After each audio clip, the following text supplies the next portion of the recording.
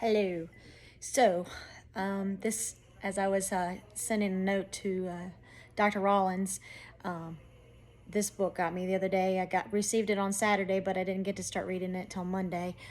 But I'm finished with it, and so I just couldn't put it down Tuesday night, and I just kept on reading it, and then I think Wednesday night I came home and read some more, but I'm completely done with it. And so for book one, club one, we're just gonna tell me so far what we done, what's happened so far in the story and what has surprised you the most.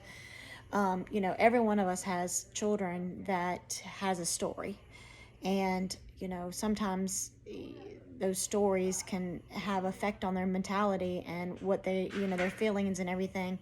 And so you know that's one thing. As special educators, we need to see the whole thing, the whole package, because their behavior is for a reason, and we don't understand. I mean, sometimes it's the chemical imbalance, and sometimes it's what they've gone through in life. And with Miss Tori, I feel like I'm Miss Tori sometimes because I'm in a self-contained classroom, and just different cultures, different everything is in my classroom. And so I kind of can understand that you've got we're not supposed to feel, we're not supposed to love our children or anything, but we do, and we want the best for them. And this past year was me in a new school district, so it was brand new students, and their culture is different, they're from different areas, and I had to learn from them. And elementary school, they had her under control and was able to do the things. When she got to middle school, one of the teachers failed her, and that's upsetting to me because they did fail her. She was a When she came to me, she was 6'2", 308 pounds, and a 15-year-old, and that's a lot. That is heavy. She wasn't really 6'2", but she felt like it. I think she's 5'12", maybe, almost at the 6 foot mark, but still 315 pounds. That's a lot.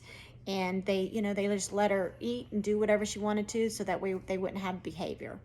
And I feel like that's what with Sheila is. She was reacting to the different things that were going on in her life.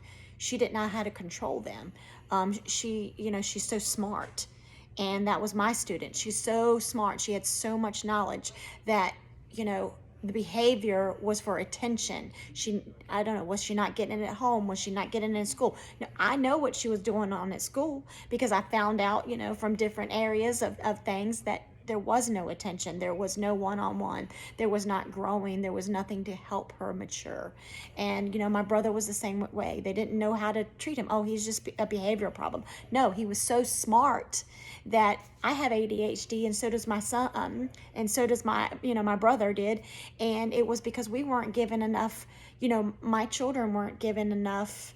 Well, let me go back. My brother was not given enough materials and things to keep him on track, so he was bored, and that's where the behavioral came. For me, they kept on giving it. They knew back then that I needed it. My brother was 9 years younger than me, and so when I was in school, they just thought, okay, she's just wants to do more work. Didn't know. I was in college before my special ed professor said, you are ADHD. And my son was the same way. My doctor was his doctor, and as he was growing up, so they knew that he needed some medication to keep him on. And even still today, I need to be back on it.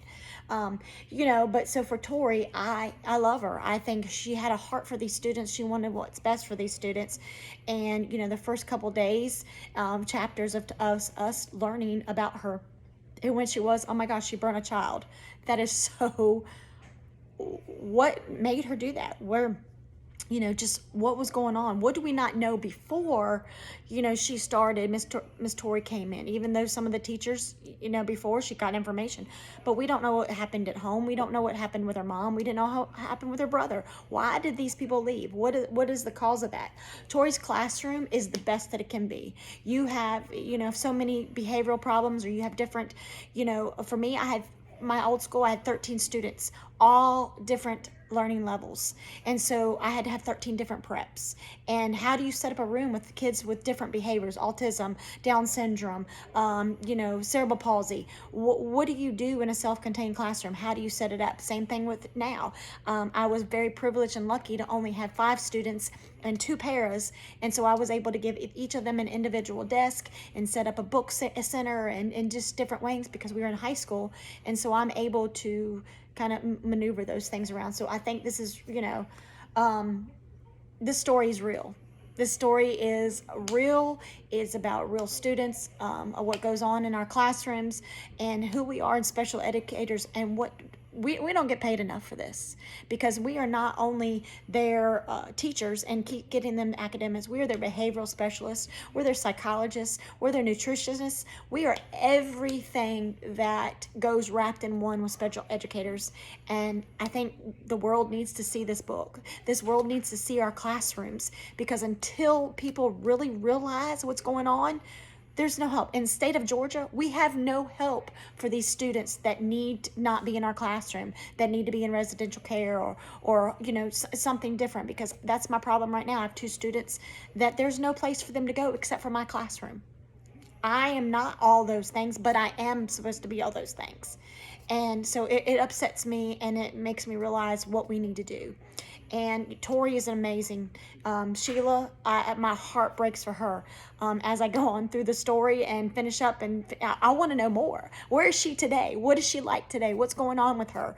And so that's me. But I have enjoyed this book. I can't wait to read order some more from, for I can have some more reading. And I have about 6 or 7 of my teammates and co-partners that have ordered the book, or they're going to borrow my book and read it. But I hope you enjoyed it, and we can learn so much from this, Miss Tori. Blessings. Bye.